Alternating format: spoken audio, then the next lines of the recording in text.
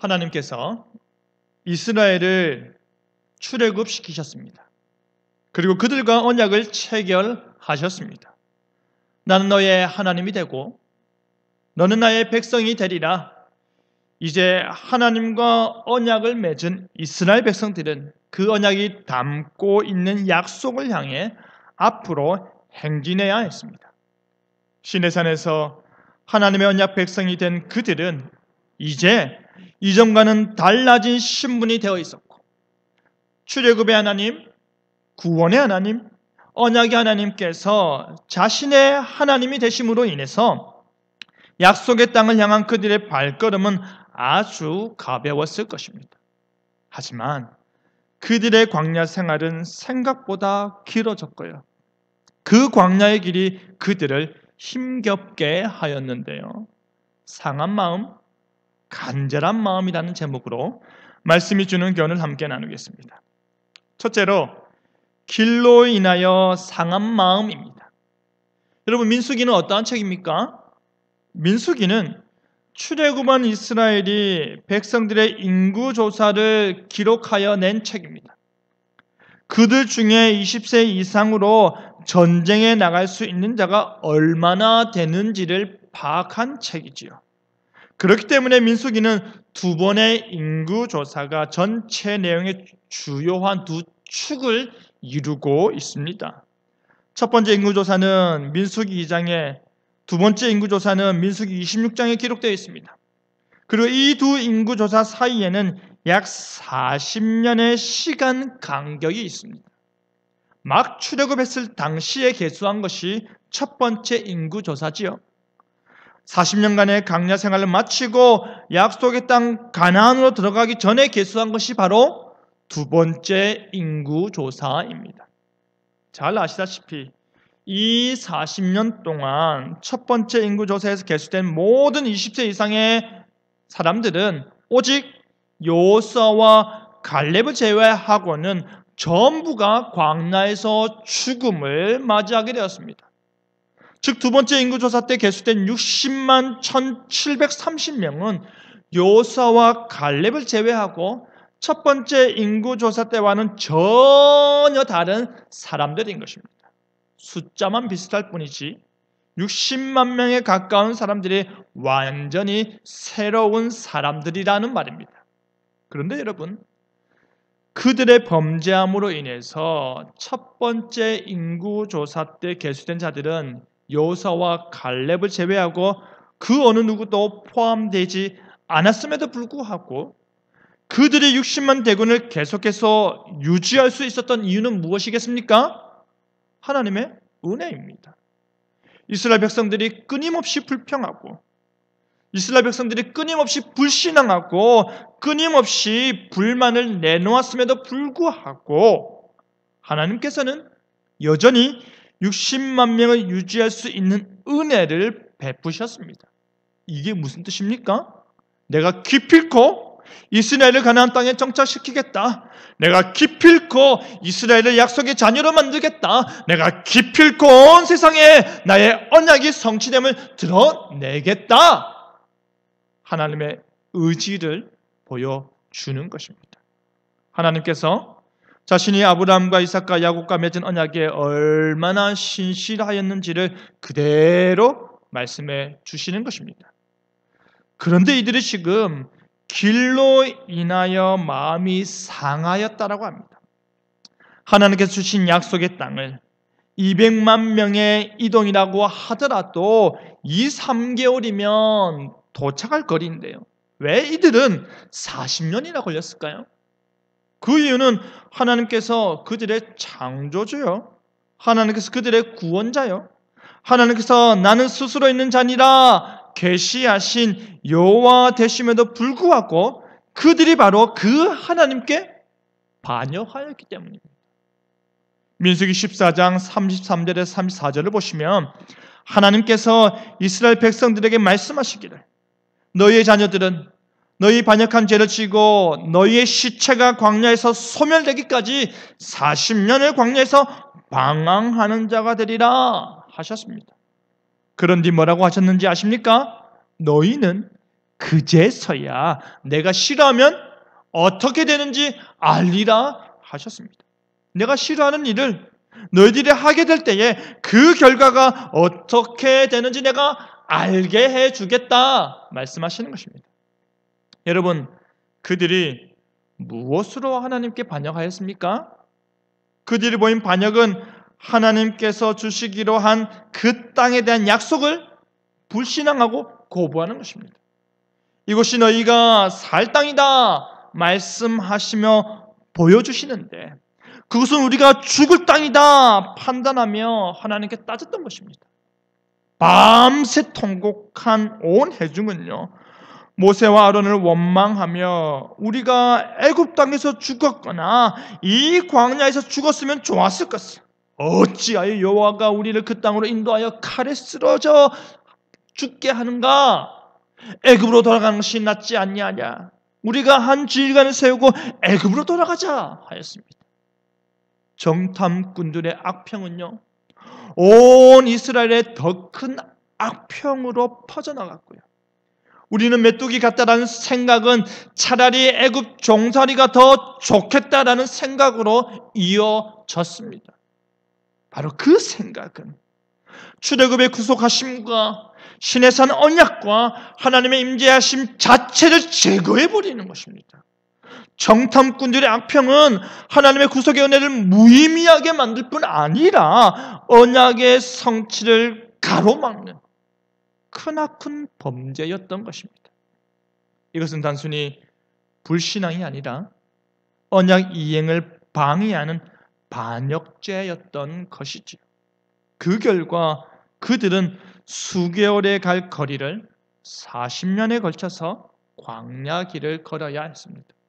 그들이 가는 곳은 여전히 약속의 땅이지만 그들이 걷는 길은 사막의 뜨거운 햇살과 모래바람, 목마름으로 온통 둘러싸여 있는 그러한 길입니다. 그 길로 인해 백성들이 마음이 상한 것입니다. 지친 것이지요. 그래서 백성이 취했던 행동은 바로 하나님과 모세를 향한 원망이었습니다. 날마다 걷는 것도 지겹고요, 사막에서 텐트 치며 생활하는 것도 도저히 못하겠기에 그들의 마음에 원망과 불평이 싹이 트고 교만의 입술로 터져버린 것입니다. 어찌해 우리를 애굽에서 인도해내어 이 광야에서 죽게 하는가? 라고 소리치는 것입니다. 왜 불러냈느냐라는 것이지요. 비록 애굽에서 종살이를 했지만 그래도 잘 살고 있는 우리를 이렇게 고생하다가 죽게 하려고 불러냈느냐고 종살이를 더 좋게 평가하고 미화하는 것입니다.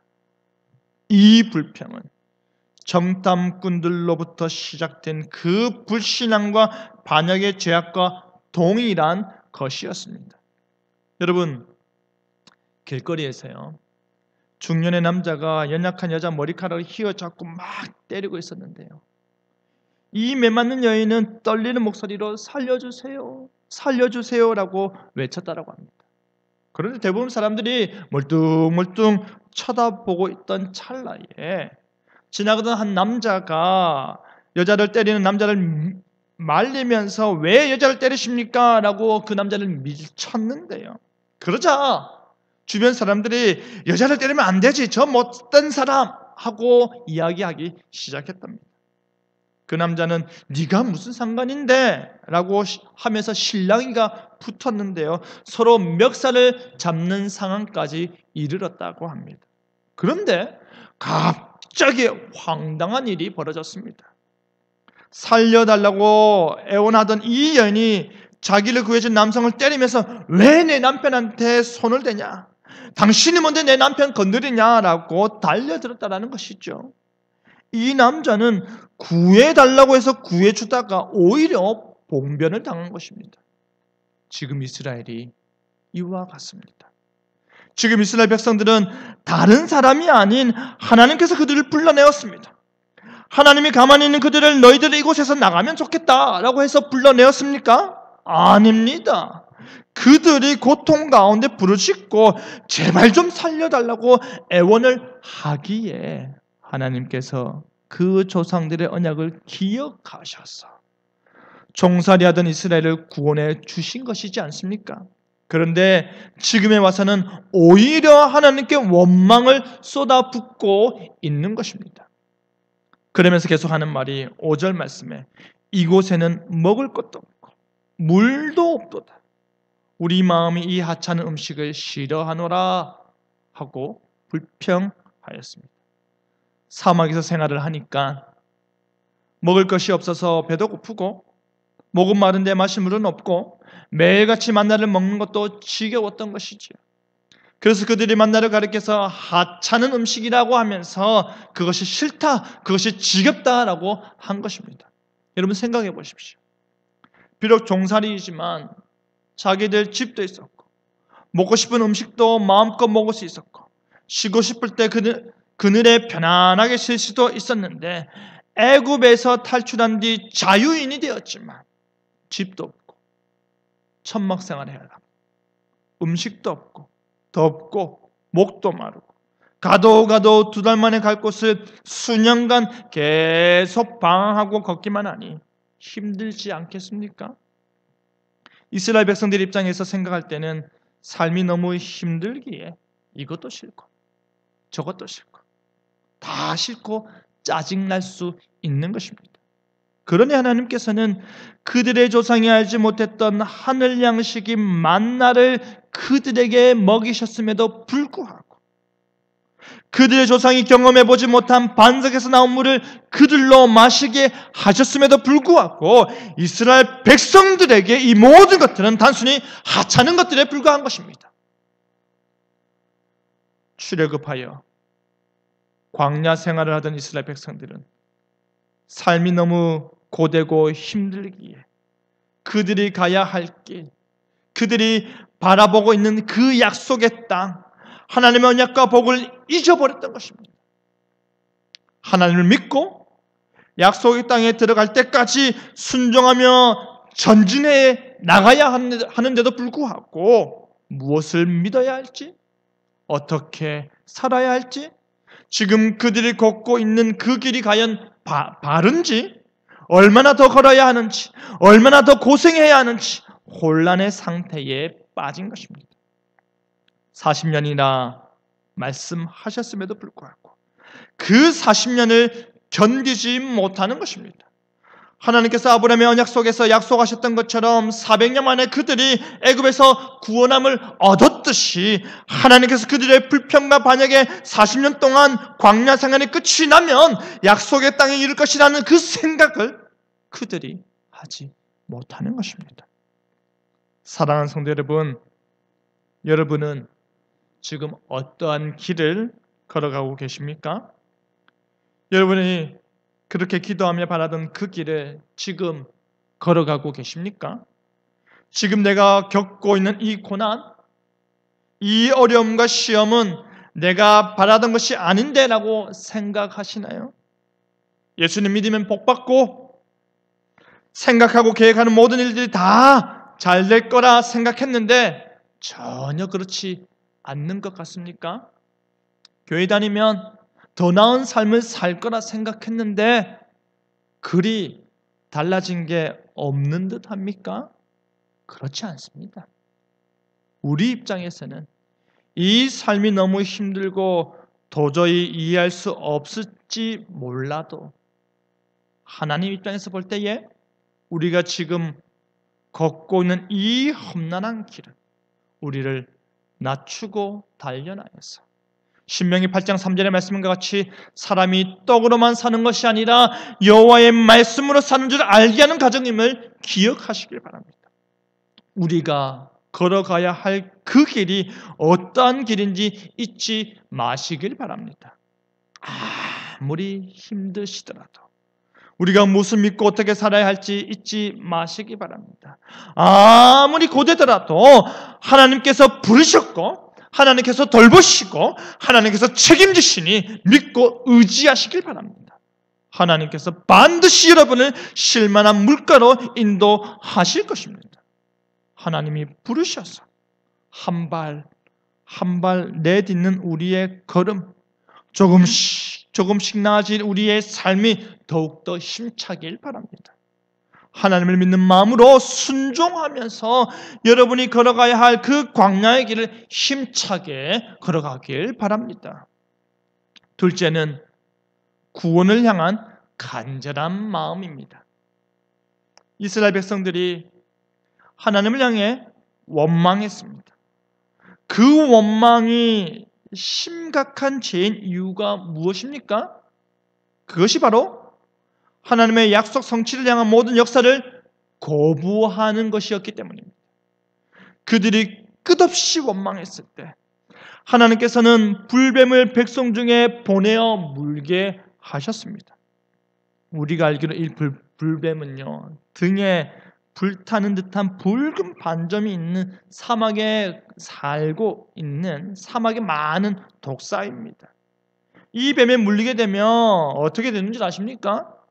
그 독이 너무 강해서요, 그 강력한 독성으로 인해서 즉시 온몸에 높은 열이 나기 시작하고요, 서서히 사람들이 죽어간다고 합니다. 6절에 보면 이 뱀에 물려 죽은 자가 많았다라고 되어 있습니다. 여러분, 당시에 20세 이상으로 계수된 남자의 수는요, 약 60만 명이었습니다. 그들이 아내를 얻어서 한두 명의 아이가 있다라고 치면 약 200만 명의 커다란 집단이 되지 않겠습니까? 이 거대한 집단이 뱀과 정갈이 많은 사막을 지금 지나가고 있습니다. 단순히 지나간 것이 아니라 40년 동안 그와 같은 사막에서 무엇을 했습니까? 살았습니다. 60만 가구니까 60만 동의 텐트가 있어야 하지 않겠습니까? 어마어마하게 넓은 땅을 차지하고 있었는데도 불구하고 놀라운 것은 무엇인지 아십니까? 단 한 명도 뱀에 물려 죽은 사건이 없었다라는 것입니다. 어떻게 그럴 수 있을까요? 어떻게 그 많은 인원들에게 그런 일이 일어날 수 있었을까요? 하나님 때문입니다. 하나님께서 뱀을 보내셨다라는 것은 하나님께서 그전까지 그 뱀을 가지 못하도록 쥐고 있다가 가게 했다라는 것입니다. 이스라엘을 지키시는 하나님께서 불뱀으로부터 지키시다가 반역하는 그들에게 교훈을 주고자 이제 보내셨다라는 것입니다. 지금 한국의 5천만 인구가 코로나19로 말미암아 나라 전체가 완전히 경직되어 버렸습니다. 하루하루 확진자가 늘어나는 소식이 들릴 때마다 더 움츠러들고 있는 것이 우리의 현재 상황입니다. 지금 이스라엘 진영에도 갑자기 불뱀이 나타났습니다. 한 사람, 두 사람이 뱀에 물리기 시작하더니 걷잡을 수 없는 많은 사람들이 뱀에 물렸습니다. 뱀에 물린 자마다 고열에 신음하며 죽어갑니다. 이스라엘 백성들 중에 뱀에 물린 자들은 먼저 물려 죽은 자들의 시체를 보면서 두려움에 떨고 있었습니다.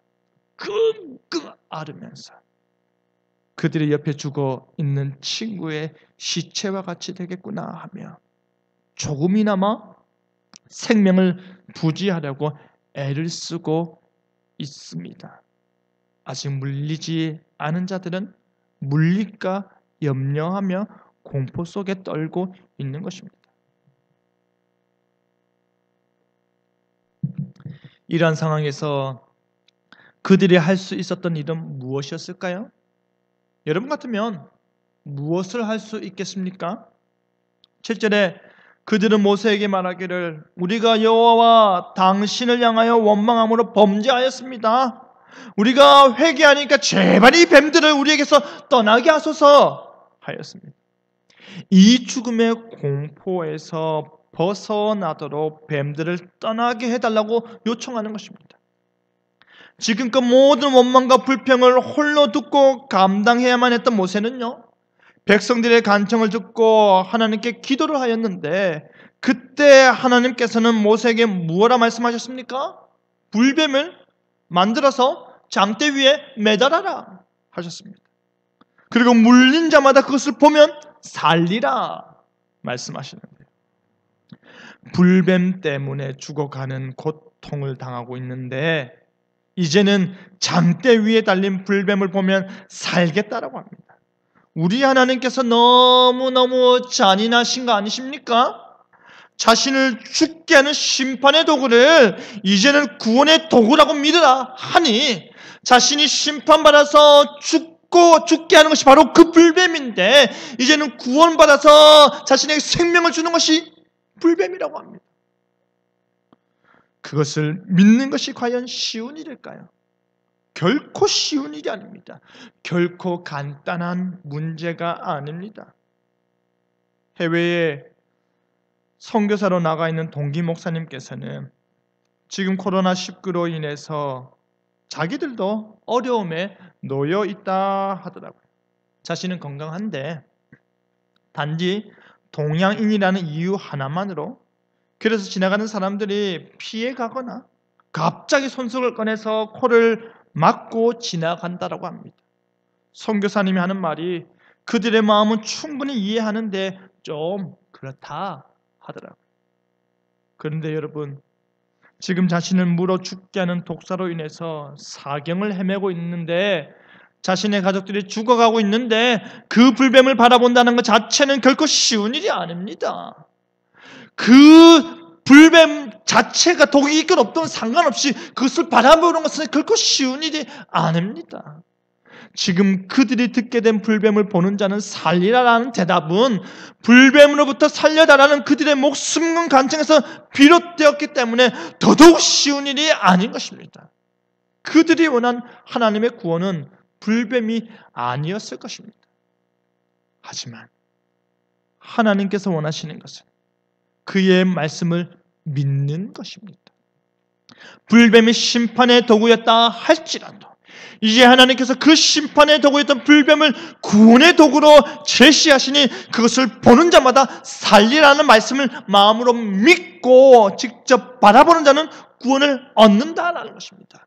광야 생활 40년 동안 견디고 하나님의 약속을 믿으면 끝끝내 약속의 땅을 들어가게 된다라는 것입니다. 바로 이 불뱀 사건을 예수님께서 직접 언급하시면서 자신의 십자가 사건을 바라보게 하셨습니다. 모세가 뱀을 든 것 같이 인자도 들려야 하리니, 어디에서 들립니까? 십자가에서 들려야 한다는 것입니다. 하나님의 주권적 은혜로 말미암아 믿는 마음으로 올려진 것을 보는 자는 나음을 받는 것이지요. 뱀에 물린 이스라엘 백성들이 장대 위에 달린 뱀을 봄으로 말미암아 그들이 육체적으로 치료를 받았다면, 십자가 위에 달린 예수 그리스도를 보는 자는 그들에게 무엇이 주어집니까? 영생이 주어지는 것입니다. 그 십자가 예수님을 바라보는 자는, 믿음으로 바라보는 자는 영생을 얻는 것입니다.